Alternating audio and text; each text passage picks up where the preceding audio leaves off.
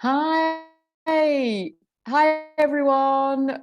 Well, I am excited to be here with David McLaughlin. So David has been exhibiting internationally since Singapore 2015, and since 2018 has been the Royal Philatelic Society of Canada International Liaison Officer. He's also regularly the Canadian Commissioner for FIP and FIAF exhibitions. David is the president of the British North American Philatelic Society. He's also the president of the Canadian Association of Philatelic Exhibitions. This is the organising entity for CAPEX 22, which you might have visited last year. David serves on the boards of the Philatelic Societies of Canada, RPSC, the Green Foundation, and FIAF. His main exhibit is the Maple Leaf issue of Canada, 1897 to 1898, which has been awarded so many medals, 3 large gold medals in FIAF exhibitions, a large gold medal at Stockholmia, and 2 large gold medals last year. And this is the subject of his presentation today. David, it's lovely to have you here in the Stampex auditorium. Thank you so much for doing a Stampex talk for us, and over to you. Okay, thank you very much, Isabel, and hello everybody, and welcome to the presentation. I hope that you'll find it quite interesting. What I've tried to do is to show you some of the ways that the stamps were produced. All the stamps look very much the same, but when you see the plates and you see the dies and all that happened to them, etc., it gives you a bit of an insight into the background of that. So just get on to it now, and we'll start off with the original master die for the issue. So this is what I call a letter engraver's proof. It's really was made basically after the Charles Skinner did the vignette engraving, and then the letter engraver would come in and put the oval frame on and the Canada postage. Right. Charles Skinner was a portrait engraver with American Banknote Company in New York, and the engraving was the first stamp in Canada to be engraved from a photographic portrait. Usually they were done from paintings or something of that nature. But the photograph was taken by W.D. Downey, which was the royal photographer, in 1893. At that time, the 4 leaves were put in the corners, and the frame was put on the outside of the image as well. And that was for 2 reasons, basically. One, everything had to be ended up transferring to the individual value dies, so they might as well put them on here and transfer them all together. And also, I think it gave the engravers some perspective of how things were going to fit on the die itself. So this is the earliest stage die that we have any issue in Canada. And it's quite a pleasure to have this basically. So, and again, it's made specifically for the letter engraver to show his work when he was finished. Then that master die would have been hardened, and it would be transferred then to a roll, which would be a soft steel roll, and then the roll would be hardened. And then the roll would be used to transfer the image to the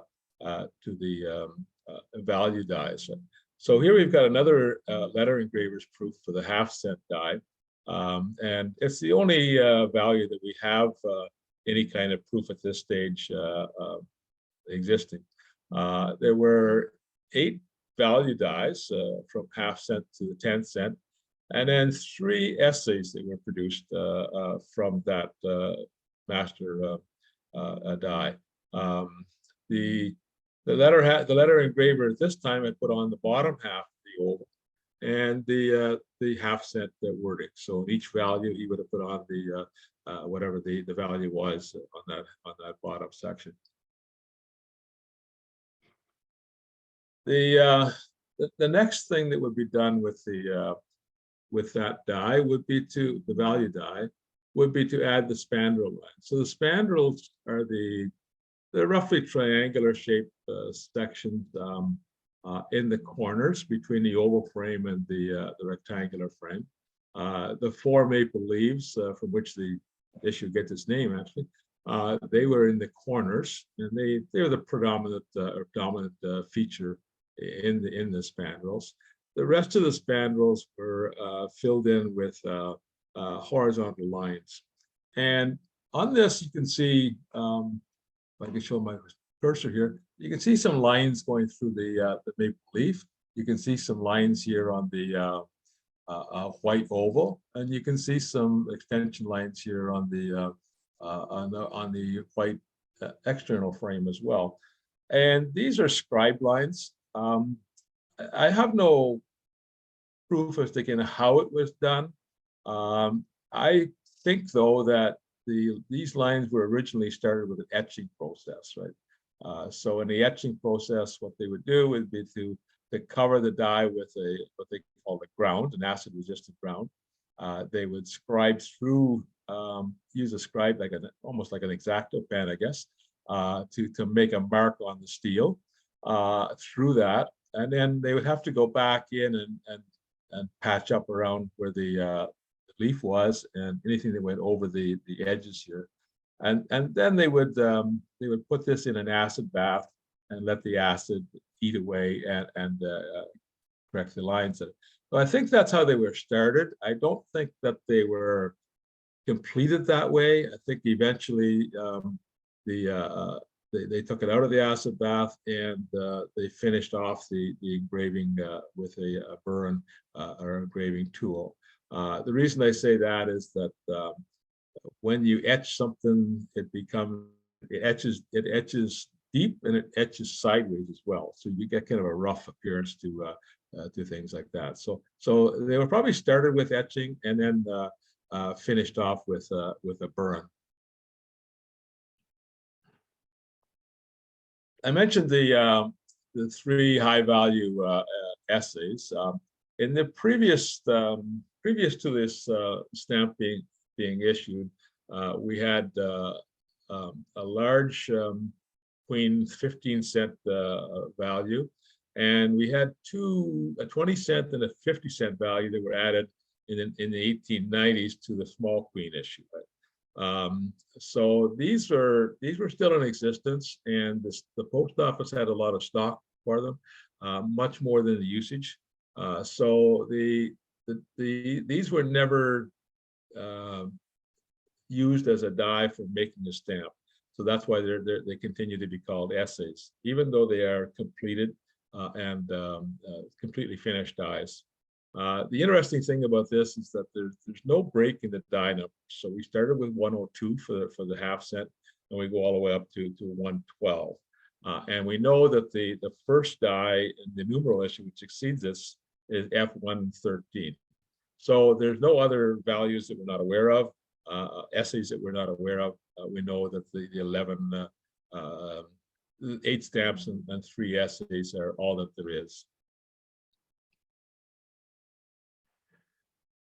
So in the production of these stamps, it was a new contract that was issued, and there were a lot of bidders that were invited to the contract. There were actually 2 in the end. And one of the requirements of the contract was to have a plant in Ottawa.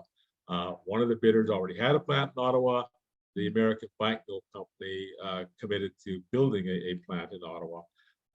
And the contract eventually went to the American Banknote Company, but there were some indications in that they had to do all the work in Ottawa, with the exception of creating the dies. They could create the dies in New York, but anything from the hardening of the dies onwards had to be done in the Ottawa plant. The plates were going to be unhardened, flat plates, and the contract required the plates to be suitable for 35,000 impressions, right? So there's 200 stamps per sheet. So that's 7 million stamps plate had to be capable of producing 7 million stamps before requiring replacement. All the plates were in a 10 high by 20 wide format, with the exception of the 10 cent. That 10 cent was in a 10 by 10 format. The post office order book has a lot of information in it for anybody that's trying to research the information. It shows you that the order book says perforate and separate the printed sheets into panes of 100 for delivery to the post office. So they were printed in 200 sheets, separated into panes of 100 for delivery to the post office. And you'll see how that these requirements are interpreted or not interpreted later on. This is the this is the die proofs. All the die proofs come in 2 states, and yeah, the 3 cent actually comes in 3 states. But the only state that was from which eventually there were stamps made was the state 1. Okay? Again, with the exception of the 3 cent, which we'll look at in a bit. So the difference between the states are the horizontal fill between on the sides of the ovals, right? So all of the stamps, state 1, the horizontal fill, I guess, again, except for the 3 cent, which we'll see in a second, all of the stamps, the horizontal fill in the ovals was horizontal lines, right? And then the die that you see on the left be hardened. There would be a transfer roller made from it, and all of the plates were laid down with the horizontal line configuration in the oval frames. Right? The 1 and the 2 cent stamps, for some reason, had an American Banknote Company New York imprint on them. The remainder all had the American Banknote Company Ottawa imprint. State 2, you'll see a little impression of a hole up here. That's a hole that was drilled in the die, and it was used basically for connecting a wire to it. The wire was then used for removing the die from the hot hardening furnace and transferring it to the quench system. So to harden the steel, it had to be heated and then quickly quenched to cool it down. And that hardened the die for use and further on down the production line.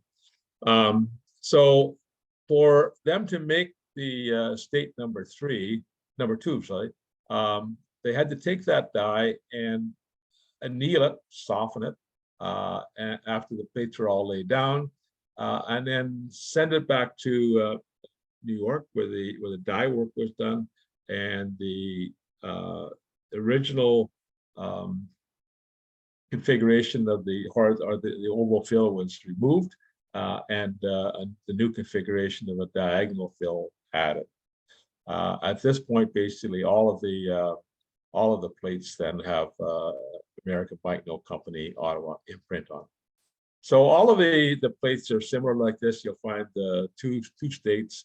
The only state that was you'll find on plate proofs and on stamps basically is state number 1. The 3 cent is an exception.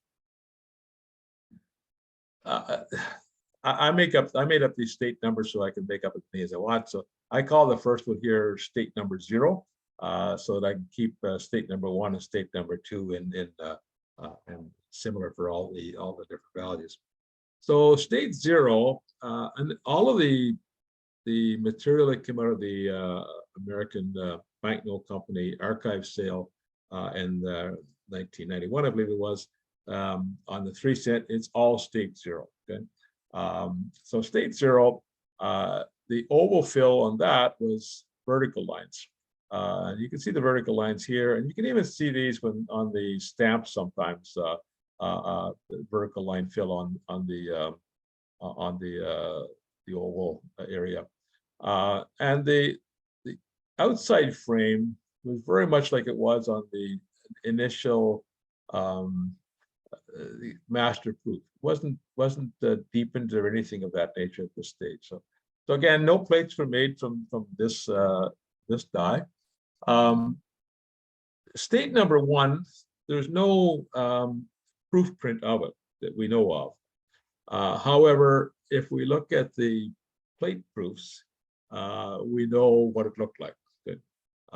So on the plate proofs that are made from this plate number 1 and number 2, the fill is vertical the way it was on state number 0 of the die, but the rectangular frame has this irregular recut line in it, same as we have over here at state number 2. So we know what it looked like. We know that a roll was made from that, and plates numbers 3-cent plate number 1 and number 2 were laid down from the state number 1. And as I said, then basically after the plates were laid down, or at least after the roller was made, roller number 1, the die was sent to New York. It was annealed and it was changed to add in the diagonal fill, sent back to Ottawa, hardened again, rehardened again, roll number 107 made, and plates numbers 3 to 6 are laid down at that time. You can see definitely on the plate proofs the different design, and in some cases you can see on the stamps. But once things go to the wove paper, printing out of the wove paper on the stamps, the ink kind of covers everything, and you don't see the actual detail on it. But on the 3-cent, you can see some detail changes between the two.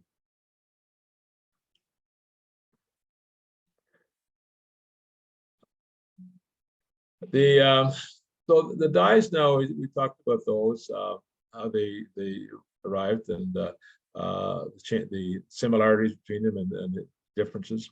Now the job is really to lay out plates, and as I said, the plates have 200 subjects on them, and they have to map out how the plates are going to look, right? So most of the cytographers would use guide dots and scribe lines on the plate to show the positioning where they wanted to have the different values.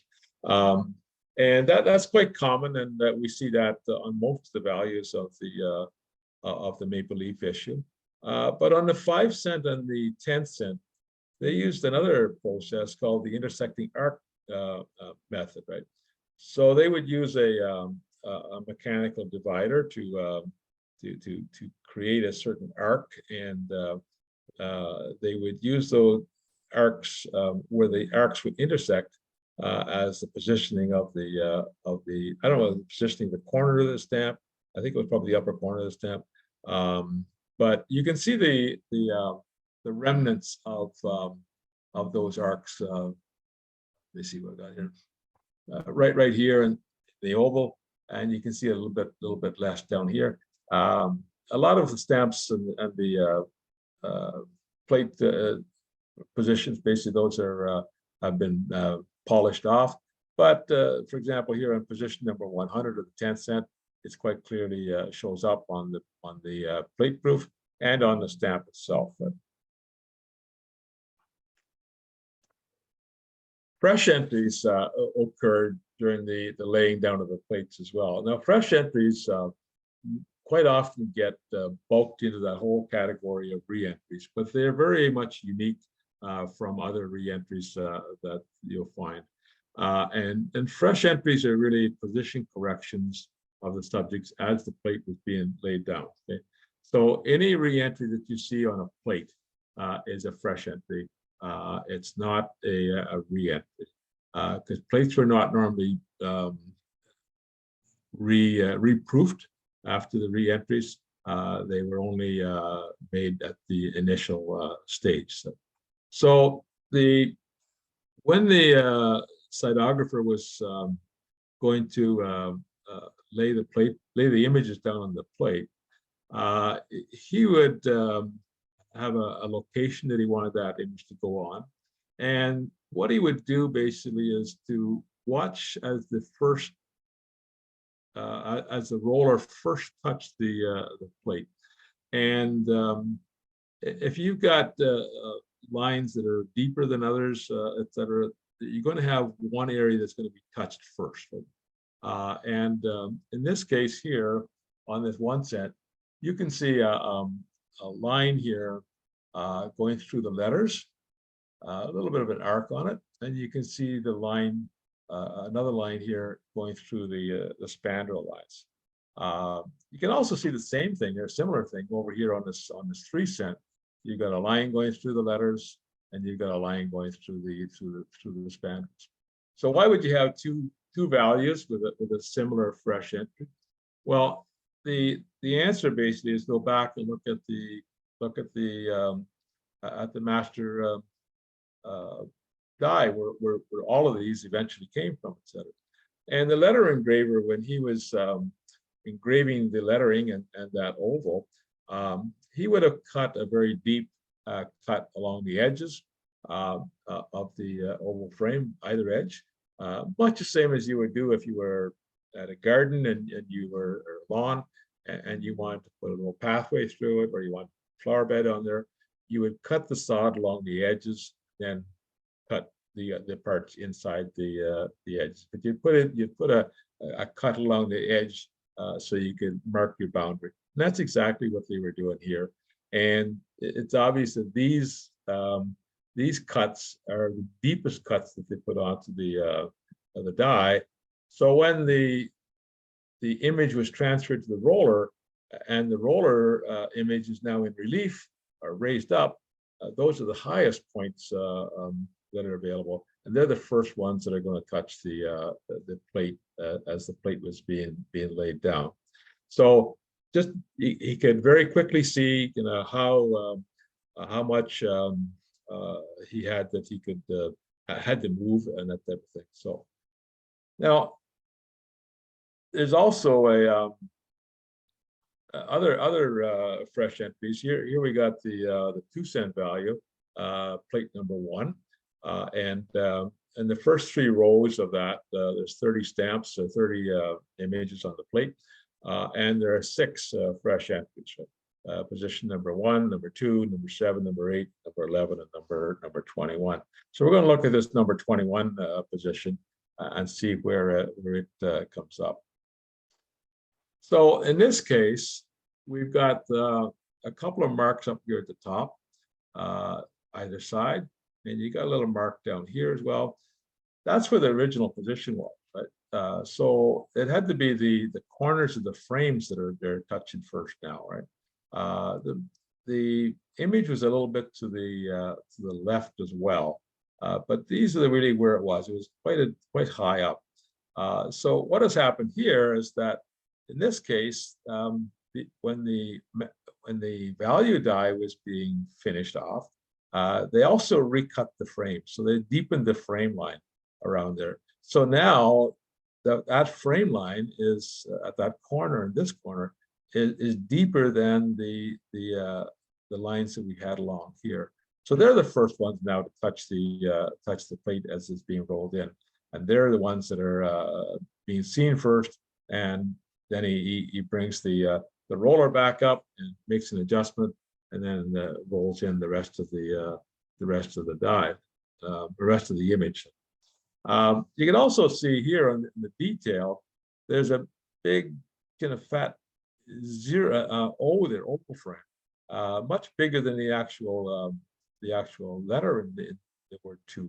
And again, he's doing the same thing. He's cutting a deep cut around the O and marking out his spot, and then he'll finish it off basically by trimming it to what you see here in the details. So on fresh entries, basically you'll find them throughout the issue. There's a couple on the 8 cent. There's a number on the 6 cent, and you've got them on the 2 cent and the 1 cent and the 3 cent as well. Some of the plates, they recut the frames. On the 2 cent, as I mentioned earlier on, they recut the frame of the die, which makes a lot of sense. But see, and a couple of the values. They didn't do that, and so they ended up having to go back and taking all 200 subjects on the plate and recutting it. And in fact, on the 2 cent, you had 4 plates, so you had 800 subjects that they recut the frame line on. And every once in a while, as they're recutting the frame line, they go a bit past. So you've got this burn mark at the corner. This one here happens to be on the 1/2 cent. On the right-hand plate, position number 29. There's another one just above it, the position number 19. On the 1 cent, this is the plate number 2, the left pane, position number 88. There's one at position number 56. I've forgotten now whether it's right or left. And there's a few other ones as well. But you'll find these on the 1/2 cent and on the 1 cent. You don't find them on the 2 cent because the plate was the die was recut itself. I don't know about 3 cent if there's anything on that, but you will find on different. 5 cent has one on the top as well, top rows. The 6 cent, as I mentioned, had a number of fresh entries, but it also has got this fabulous engraver slip. It's the most significant, most famous engraver slip in all of Canadian philately. And it's on position number 1L14.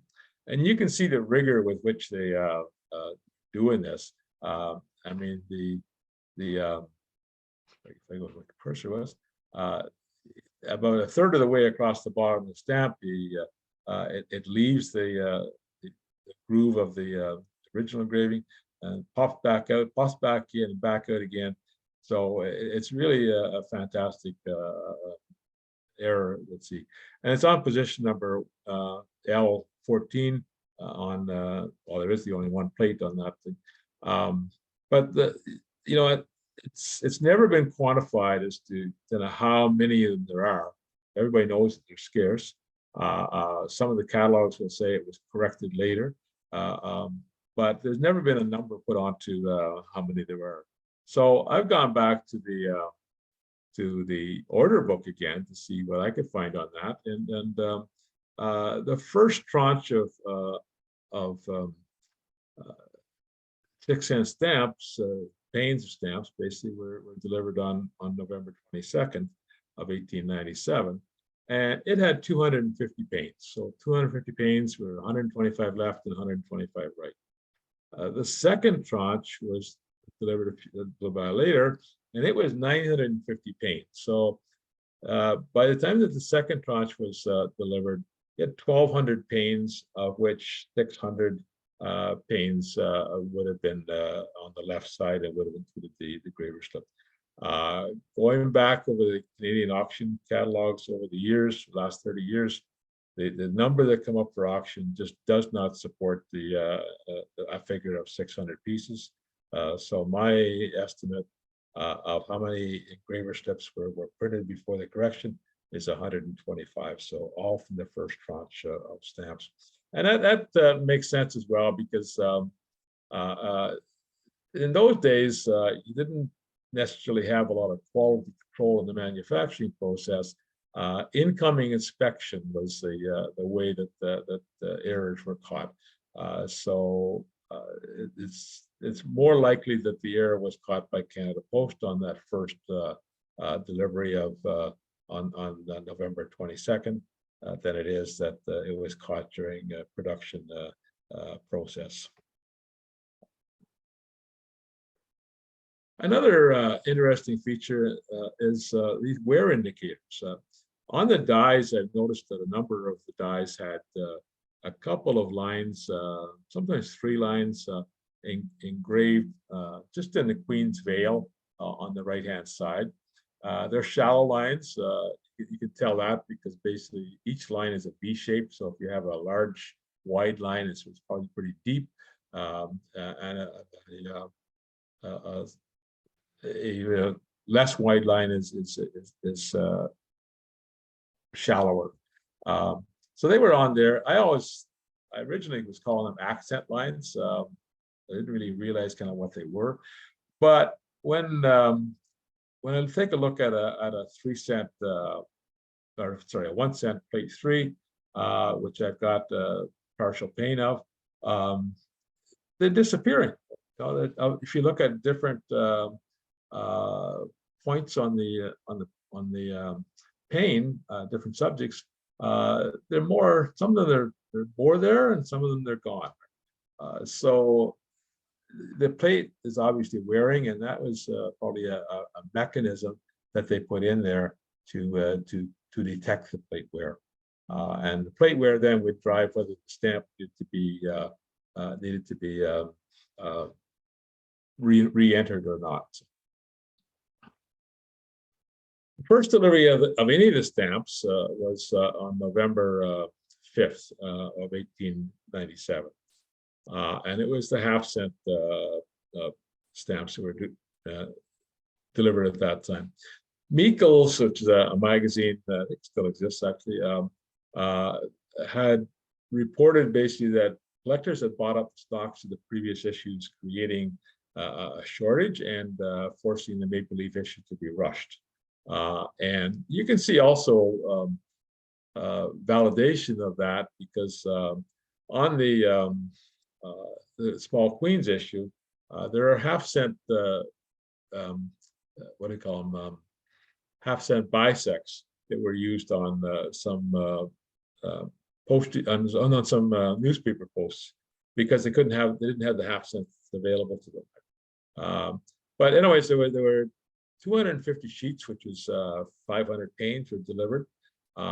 They had a single imprint on them between the two panes here in Ottawa and the remainder of Ottawa #1 over here, and they were cut by a guillotine. The post office said, no, that's not the way the order book said. The order book says basically you perforate and cut by the perforation. So didn't really say anything about the position of the imprint, but they wanted the imprint changed over here as well. So they went back. They kept the post office kept the stamps because they needed them, but the ABNC was required to go back and make these changes, which they did. But that created a nice little rarity for collectors, because to find those stamps on cover is quite difficult. Jamie Goff has a surviving cover factor of 8 to 12 basis points times the number of stamps that were issued. And there's a few other factors go along with it, little caveats that go along with it. But these 5,000 stamps with the perforated edge, 500 panes times 10 stamps per pane, that meets all the criteria for using his factor. So it would predict that there's 4 to 6 surviving covers. There are 5 covers known with tied straight edge stamps from its first delivery. This is one of the nicer ones. It's you can see the guillotine cut here, and Elm Street circulated cancel is tying that quite nicely, and it's a double weight UPU letter to Denmark. Re-entries, as we mentioned earlier on, are used. Their true re-entry is to extend the life of the plate, so it comes later. The 2 cent and the 1 cent and the 3 cent were the only plates that really exceeded the 7 million stamps per plate. Okay, so they're the ones that really should have been re-entered, and you see a couple of examples here of a 1 cent and a 3 cent re-entry, and it's just re-entering is always a lot of times just in the spandrel lines, sometimes a doubling of some of the letters, if it's doubling over here or something. But those are the only 2 values that should have been re-entered. The half cent was also re-entered though, but it wasn't because it was meeting anywhere near the 7,000 or 35,000 plate impressions. It was really to try to improve the quality of the plate. So it was re-entered once after 4,000 plate impressions, and again after a further 1,000 plate impressions, or 5,000 plate impressions total. There were a number of recuts that were made on the oval frames as well, right? So here we have the 1 cent oval frame recuts. As I mentioned earlier on, they were all laid down with the horizontal lines and in the fill. And if you go to if I went to the archives in Ottawa, they have plate proofs there of all of the 1 cent plates, all 4 of them, which all look like that. But there was always this broken E on position number 6 of the plate number 4 that confused me, because the plates were soft steel; they weren't hardened, so it's unlikely that it would be a plate crack. And it wasn't a reentry, or what was it? And further search at the archives led me to the answer. The right side of the oval frame of plates 3 and 4 were recut, okay, and they were done by 2 different engravers because they were done differently. So on the plate number 4, the engraver went in and he made some vertical lines on the oval frame, just to get more ink into that area and cover up some of this white space that you see on the left one. On plate number 3 in the center here, whoever did that one used crosshatch lines. You can barely see. I can't get enough light behind it to show it up clearly, but you can see the crosshatching there a bit. So I'll show you a little sketch there afterwards and show you what it looked like. So here's the oval frame recuts that were made. The 1 cent had 2 plates that were cut, one with crosshatch diagonally and one with vertical lines. The 8 cent plate was also 8 cent plate number 1 was also recut, but only the bottom half and some kind of slanted lines that went up about halfway, or 30%, 40%, somewhere around there. So trade samples are available on the 6 cent. These are not made from the die proofs, right? And we know that because when you look at a large die proof, and you look at these large die proofs of trade samples, there are markings or pitting markings that are on one but not on the other. Okay? So they were likely made from the transfer roll, and they were likely made between 1911 and 1925. And the reason that I say 1911 and 1925, if they were made before 1911, they would have used the die. But in 1911, the dies were destroyed, but the transfer rolls were not destroyed until 1925. So they could have made a new die from the transfer roll to make these trade samples. So this would be American Pike No Company doing this. And the part that I really enjoy about this issue is the progressive die proofs, or so-called progressive die proofs, I guess.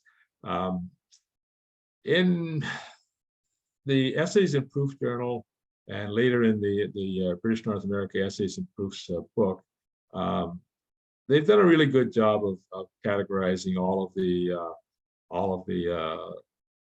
dies and plates and essays, etc., that were available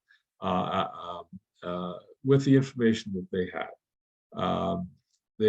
In the Leaf issue, they had they've got 5 listed, 2 of which I've never seen.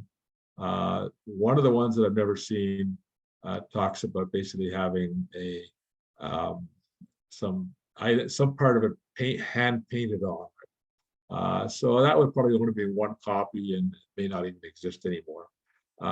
The other one has a different oval frame. It's much narrower. The lettering is in a different position. I don't think it's anything akin to the Maple Leaf at all. But again, I've never seen that one either. But I'm fortunate enough over the years to be able to get die proofs of the 3 cent, which large die proofs and small die proofs, and also large die proofs and small die proofs of each of these A, B, C, and D. Like I said, the they in the proofs journal, it basically just talks about the differences in the oval frame treatment here. But we'll see that that wasn't the only thing that happened. So if I take number A, and if I look at the master die, compare the master die, the queen's cheek basically has lines that are sloping down towards the front of the face and lines that are sloping down towards the ear and the neck. And where those lines meet, there's a little triangular shape, which is called a lozenge. And within each lozenge, there's a dot. On the progressive die proof, all those dots are gone. Okay? On the so-called progressive die proof, all those dots are gone. The other thing that's happened is the lips and the nostrils seem to be darkened a little bit. Now that may be because this is a black copy, and this might have been something else that I took a black image from, etc. But in any case, the dots in the lozenges are definitely gone. And B is a progression from that. And it's quite a progression. All of the lines that were going from the down to the front of the face are all gone. They moved them all. And you can see the image is much lighter. And that might have been the reason for doing it. So I went back and we looked at the Green Foundation. We looked at the two stamps, like the master die and the 3-cent die, and did an overlay on the VSC 6000. So anywhere that you see dark lines here as features that haven't been engraved on the die proof. Right?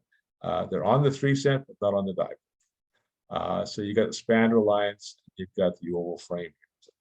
And anything that's in the light kind of orangey is things that match perfectly between the 3-cent die and the master die. So the vignette is a perfect match between those two. So there's no way that they could have taken what they had taken out, put it back in, and have it match that perfectly. It just couldn't be done. The item number C is quite a lot easier to identify or to find the differences on. C, the die sinking is actually smaller on the die, the 3-cent die, and it's larger on the what was called the progressive. So 50 by 62 on the 3-cent die itself, and 68 by 74 on the 3-cent die, or the type C. So to have for the one on the right to have been a progression for this, you would have had to take a bandsaw and just cut the frame all around it. So it just didn't happen. Also on the type C, the oval frame now is thick lines and evenly spaced, etc., with some white between them. And it also is the same down here between the E and the C. It has the wear bars in it as well, and each of the 4 maple leaves has very thick and heavy leaves, veins in the leaves, right? And that's exactly as the replacement numeral issue was, except that the replacement numeral issue has numeral boxes down here, not the leaves, but the leaves at the top have the heavy design as well. So my summary with regard to the reclassifying the progressive die proofs, they're not progressive die proofs at all. But there is some change, some similarities. So I don't think I mentioned this before. When you have the large die proofs, you can look at the pitting marks on around the image on the 3-cent die and on the A and B die proofs, and they are the same. Okay, so you know that they're made from the same die. And then on the master die and the vignette, they match perfectly. So it couldn't have been done before. So it had to have been done afterwards. So my conclusion basically is that A and B were modifications to the 3 stamp after the transfer roll number 107 was made to lay down plates number 3 and 6. So then after that transfer roll was made, they had 2 transfer rolls by that time. They could have afforded to, if they wanted to make a major change, send it back to New York, have them make some experimental changes, and they did some progressions on that. Either for changing the stamp itself, or maybe by that time they were going to use the new numeral issue, etc. The C is a proof made from the made from a new die, which itself was made from the transfer roll, and it was identical to the oval treatment for the succeeding numeral issue, and it's prepared, I think, for that specific purpose. So the what is listed in the Essays and Proof Journal, there's a lot of good work done on that. They're not progressive die proofs from my standpoint. They are different things, and maybe better classified as essays for the numeral issue, which followed the make-believe issue. And we won't get into all the issues with regard to why the numeral issue came so quickly afterwards. There was some political issues there and other issues, etc., that created that. That's a whole other presentation. So thank you very much for attending the presentation. I hope it's been interesting. My exhibit is going to be at IBRA at the end of the month, so I will be there for the first 3 days, then we're leaving. But if anybody is at IBRA and wants to have a look at the exhibit or wants to go through it with me, I'd be pleased to take you through it. So thank you very much.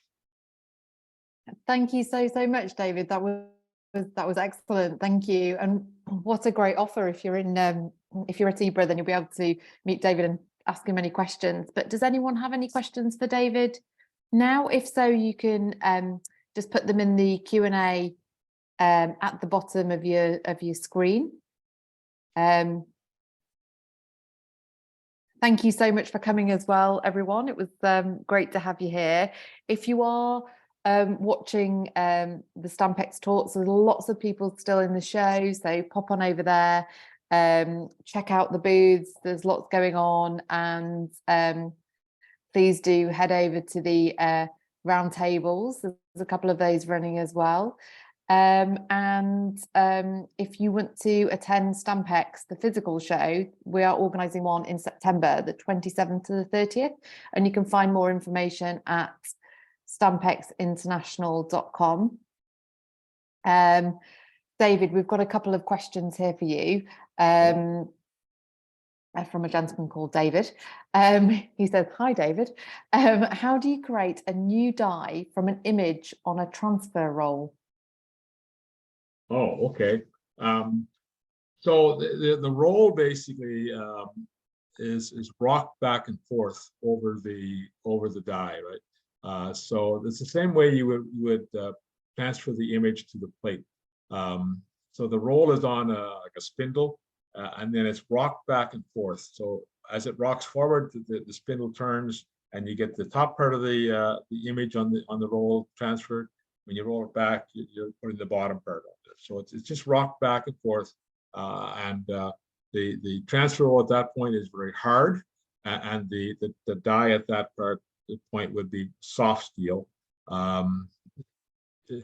If you could hit in the head with it, it wouldn't be too soft, but it's just soft steel, and you just rock it back and forth for a period of time. It's the same way that they transfer the die, the image from the die to the plate, just in reverse. Thank you. We've got one here from Barry as well. He says, "Hi, David. Can you recommend a reference for categorizing proofs as actual die proofs or trade samples?" Well, I only I've worked with Canadian stamps, so the one that I use is DNA Essays and Proofs, and it was published in 1970, and it was published by the Essays and Proofs Society that was around at that time.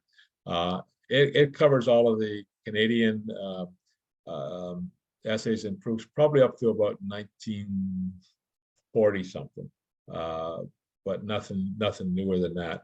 I don't have another reference beyond that, but I think if you went on to one of the philatelic library sites and just did a search for essays and proofs, you might find something additional to that. So.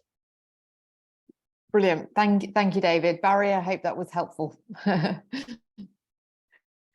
Brilliant. Well, I just want to take this opportunity again to say thank you so much, David, for taking the time, and it was a wonderful presentation.